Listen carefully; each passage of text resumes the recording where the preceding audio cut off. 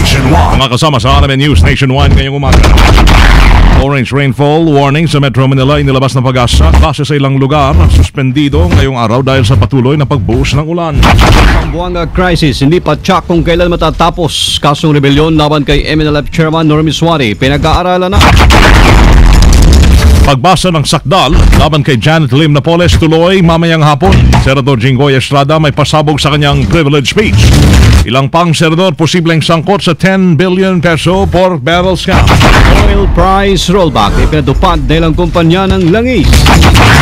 Balitang negosyo. Ang DA o Department of Agriculture magsasagawa ng forum para sa mga magsasaka sa Eastern Visayas. Balita sa ibayong dagat, bagyong Odette lumihis pa Hong Kong. US President Barack Obama balak kasuhan ng Pangulo ng Bolivia. RMN News Nationwide. Ikaw ba ay tutungo ng Cagayan de Oro? For the best hotel accommodation, stay at the VIP Hotel because you are a VIP.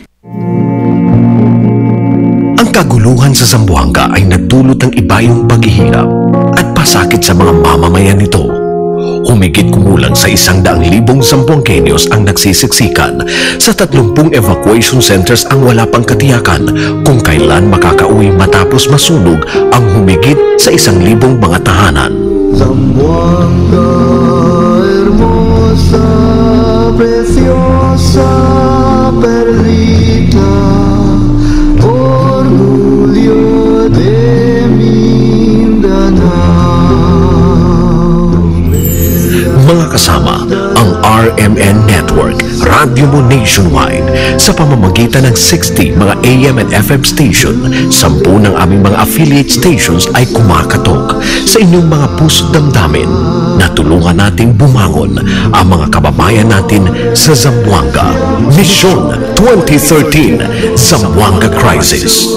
Tutulong ako. Tumatanggap ang aming mga himpilan ng RMN at IFM stations at mga affiliate stations sa bawat syudad at probinsya sa buong bansa ng donasyon para sa anumang tulong na maiabot sa mga nangangailangang Zamboangueño sa ngayon. Mission 2013, Zamboanga Crisis. Tutulong ako.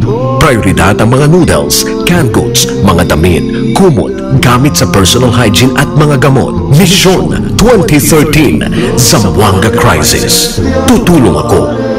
Dalhin lamang ang inyong mga donasyon sa pinakamalapit na himpilan ng RMN, IFM o RMN affiliates sa inyong lugar.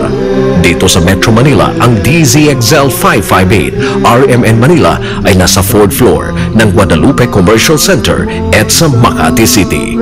Mission 2013, Zamboanga Crisis. Tutulong ako.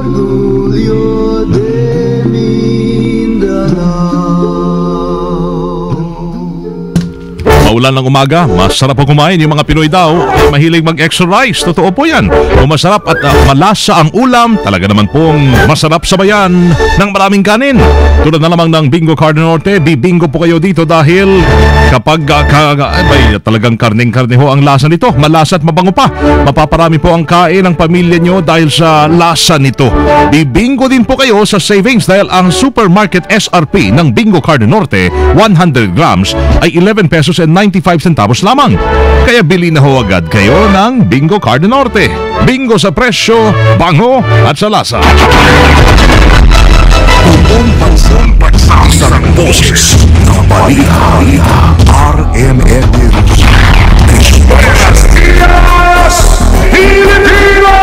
Maga ng Lunes na ngayon, Setyembre 23, 2013. Ito po ang numero 1 ng RMN News Nationwide. Ako si Wang de la Peña. Mabuhay Pilipinas, sa Osibadio Beras. Tayo po ay live na live sa DXMY 729 RMN Cotapan, DYVR 657 RMN Plus, DXRC 900 RMN Zamboanga, at sa DYRI 774 RMN Iloilo. Live international pa rin via www.rmnews.com at WRMN New York, USA. At syempre sa lahat ng ating mga numero 1 AM radio station sa buong bayan yan. Itinaas na sa Orange Rainfall Advisory ng Pag-asa ang babala sa nagpapatuloy ng pagulan sa Katimungang Luzon at Visayas sa dalahon ng habagat At yung southwest monsoon. Ayon sa pag-asa, partikular na apektado ng habagat ang Metro Manila, Rizal, Bulacan, Pampanga, Zambales, Bataan, ilang bahagi ng Laguna, Quezon, Cavite at Occidental Mindoro. Sa loob ng 3 hanggang o higit pang oras ang Metro Manila, Zambales at Bataan ay makakaranas ng heavy to intense o matinding pagbuhos ng ulan. Habang ang bahagi naman ng Laguna, Cavite, Rizal, Pampanga, Quezon, Bulacan at Occidental Mindoro ay katamtaman lamang hanggang sa malakas sa pag-ulan. Maliwanag naman ang pag-asa bagamat nasa labas na ng Philippine Area of Responsibility, pinapaigting ho ng isang bagyo ang habagat na nasa loob naman ng bansa. Dahil sa walang tigil na pag-ulan, walang pasok ang maraming paaralan sa Metro Manila at ilang karatig lalawigan ngayong Lunes, Setyembre 23. Maaga pa lamang ng linggo ay ganang gabi nagdeklara na ng kanselasyon ng klase sa lahat ng antas sa lalawigan ng Laguna habang preschool to high school ang kinansela ng Cavite. Narito po ang lista ng mga walang pasok sa preschool high school. Ito public at private. Ang Makati, Ang Parañaque, public lamang po yan. ang Caloocan, Muntinlupa, Pateros, Pasay, San Juan, at Pasig, Mandaluyong, Valenzuela, San Juan, Cavite, Cainta Rizal, Taytay Rizal Preschool hanggang elementary mga kasama. pati yung San Mateo Rizal, All levels naman, public at private, itong mga sumusunod: Malabon, Botas, Marikina, Laguna, Las Piñas, Manila, Taguig, Quezon City, Santa Maria, Bulacan, Rosario Cavite, Bando, Bulacan, Huy, Batangas. at Pulilan, Bulacan. Yung mga schools naman at universities na walang pasok, UST all levels, maging opisina, Ang Adamson University wala rin. at ang St. Paul, Manila.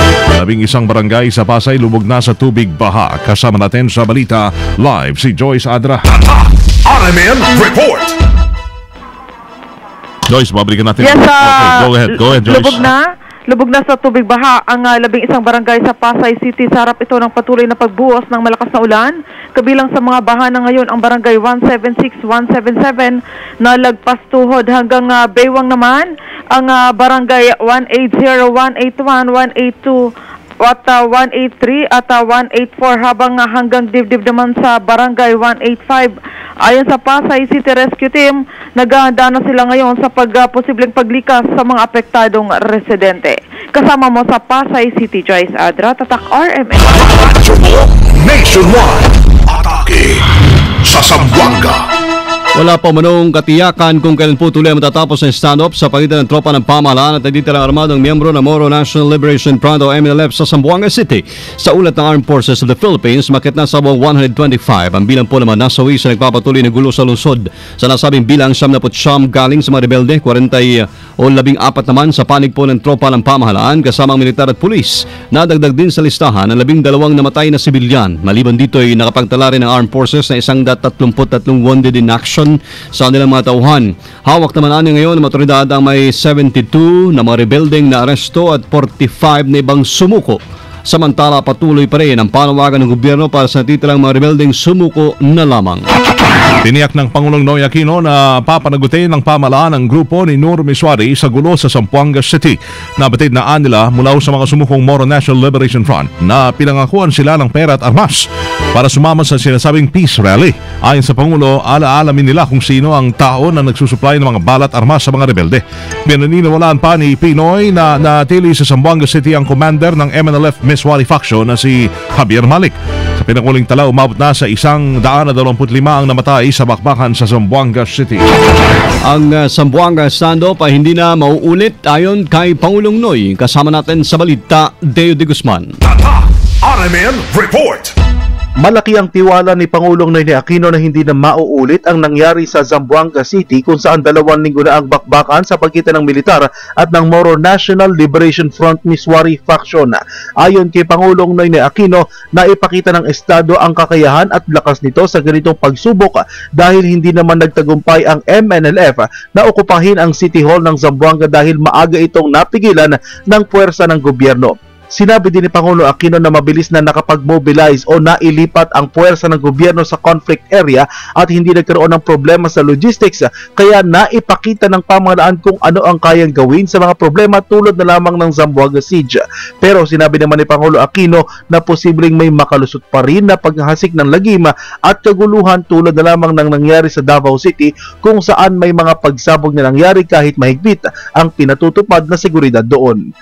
Kasama mo sa Palasyo ng Malacanang para sa DZXL 558, Deo de Guzman, Tatak RMN. nationwide. Balik na sa Maynila ang Pangulong Noynoy Aquino matapos ang pagtitiyak nito sa kaligtasan ng mga residente sa bakbakan ng tropa ng gobyerno at ang MNLF. Ayon sa Pangulo, 4 billion pesos ang tiyantayang gagastusin sa rehabilitasyon ng mga apektado ng gulo, pero may nakahanda namang 6.2 billion pesos na pondo. Maliit na lamang sa lugar anya ang ginagalawa ng mga rebelde sa Zamboanga City, bagamat nakahanda pa rin ang gobyerno sakaling muling sumiklab ang malawakang bakbakan. Katwiran pa ng Pangulo, sa pagbabalik sa Maynila, may iba pa siyang trabaho at dapat tugunan, kabilang yung paghagupit ng bagyong Odette sa Batanes. Kinumpirma maasama ng DSWD na 64% na ng mga residente ng Zamboanga City ang apektuhan ng nagpapatuloy ni standoff. Sa interview ng RMN kay DSWD Secretary Dinky Soliman, nilinaw niyang mahigit sa 118,000 na mga individual ang naapektuhan ng gulo sa Zamboanga City. Yung po sa 118,819 katao, ang nasa evacuation centers po ay 108,834 na katao. At yan po ay yung iba, yung 1,790 or 2,237 persons, yung balanse ng 118 ay nasa mga kamag-anak at mga pamilya. Nakapagsara dati 57 evacuation centers po tayo. Nakapagsara po tayo ng 2 sapagkat validate at pumunta na sila sa mas malalaking evacuation center. Kaugnay nito, tiniyak ng kalihim na hindi pinababayaan ang kanilang tanggapan ng mga residenteng nilikas sa iba't ibang evacuation centers. Tuloy-tuloy ho yung pagbibigay po ng pagkain sa kanila. Mga sa ngayon ay nasa 145,000 food packs na po ang ginagawa nating hot meals at yan po ay ibinibigay sa mga nasa stadium at kalapit na mga evacuation centers at yung iba po ay binibigyan naman ng food pack every 2 days. Lalong-lalo na po yung mga nagkukup na mga pamilyang 4, 5, yun po yung ating binibigyan ng food packs kasama ng syudad or city government po. Secretary Soliman ng DSWD. All set now ang pagbasa ng sakdal sa kasong serious illegal detention ang sa ituruturong utak ng 10 billion peso pork barrel scam na si Janet Lim Napoles ngayong Lunes. 1:30 ng hapon, pinaharap ng Makati RTC si Napoles na ngayon nakapit sa Fort Santo Domingo sa Santa Rosa, Laguna. Unang itinagda noong September 9 ang pagbasa ng sakdal pero ipinagpaliban bunsod ng inihaing motion for certiorari sa Court of Appeals ng kampo ni Napoles. Matatandaan nung nakarang linggo humihirit muli ang kampo ng panibagong pagpapaliban pero hindi na ito pinayagan ng korte. Kapwa akusado ni Napoles ang kaso sa kaso ang kapatid na si Reynald Lim na patuloy pa rin tinutugis ng mga otoridad. Patupad ng rollback sa mga produkto mga kumpanya na langis ngayong Lunes, September 23. Epektibo alas 12:01 kanina madaling araw, nagtapyas ang Shell, Petron at Sea Oil ng 70 sentimos sa kada litro po ng gasolina, 90 sentimos sa diesel at 1 piso sa kerosene. Sa parehong oras, nagbawas din ang parehong presyo ang PTT Philippines sa gasolina nila at diesel. Tuwan nila ibusod ang paggalaw ng presyo sa pandaigdigang pamilihan at paglakas naman ng piso. RMN News Negosyo. Mga kasama, nakatakda po magsagawa ng isang forum ang Department of Agriculture para sa mga negosyante at magsasaka sa Eastern Visayas sa October 3 hanggang 4. Sa forum na pangunahan ng DI Agribusiness and Marketing Assistance Division, layon ito na mahikayat ang mga negosyanteng makapag-invest para sa rice production, gayon din ang paghimok sa mga magsasakang gumamit ng high-tech na procedure sa pag-aani ng palay. Inaasang nasa 40 to 50 participants ang dadalo sa aktibidad, kabilang na rin dyan ang ilang opisyal ng City Agriculture's Office. Isa rin sa pag-uusapan ng produksyon po ng native chicken na isa rin sa may tuturing na malakas ang dating ng kita sa industriya ng agrikultura. RMN News Abroad. Lumihis sa Hong Kong ang bagyong Usagi o Odette sa Pilipinas na ngayon ay sinasapol nito yung Southern China. Apektado ang maraming biyahe ng eroplano sa kanilang lugar, bunsod ng itinuturing ng mga eksperto na pinakamalakas na bagyo ngayong taon. Samantala, plano ni Bolivia President Evo Morales na kasuhan si US President Barack Obama. Ito ay matapos hindi pa intulutan ni Obama si Venezuelan President Nicolas Maduro na makalipad sa Puerto Rico patungong China. Ayon kay Morales, ang hindi pagpayag ni Obama ay crime against humanity at ginagamit ang pagsisindak at pag-block sa mga international flights upang mapigil ito. Kailan sinabi ng Rome Statute of the International Crime Court na walang direktang basehan ang akusasyon ni Morales. Ayon kasi sa kanilang depenisyon, ang paglabag sa karapatang pantao ay ang pagpatay, pag-aalipin, pananakit, rape at forced deportation. Wala pa rin umano namang komento ang White House hinggil sa plano ni Morales. Kasama live pa rin mga Mula ho dito sa RMN News Center sa Makati City, Metro Manila, Philippines. Inyo pong narinig ang numero 1 RMN News nationwide ngayong Lunes, September 23 na ho tayo, 2013. Sa mga taga Bacolod, susunod dyan sila kasama Agnes Apostol at Serge Santillan sa RMN News Diretso Balitang Bacolod sa numero 1 DYSB 747. Panoorin ang naging pagbabalita namin ngayong alas 7 ng umaga. Sa YouTube pa rin, i-type lamang po ang RMN News Nationwide. Thank you Lord at tayo po ay nagkasama-sama muli. Salamat po sa inyo naging panahon sa amin. Kasama nyo sa serbisyo publiko. Ako si Weng de la Peña. Ako si Buddy Oberas. Dito pa rin sa tahanan ng may pinakamaraming number 1, pinakamaraming himpilan. Radyo mo, nationwide. Live via satellite. Live via satellite. RMN News nationwide. Nationwide. Buong bansa sa boses ng balita. RMN News nationwide. Oras natin tatak alas 7:18 ng umaga. Tatak RMN. Sa paglinis ng bahay, dapat linisin kahit sa kasulok-sulukan. Pulido! Yan ang turo ko sa manugang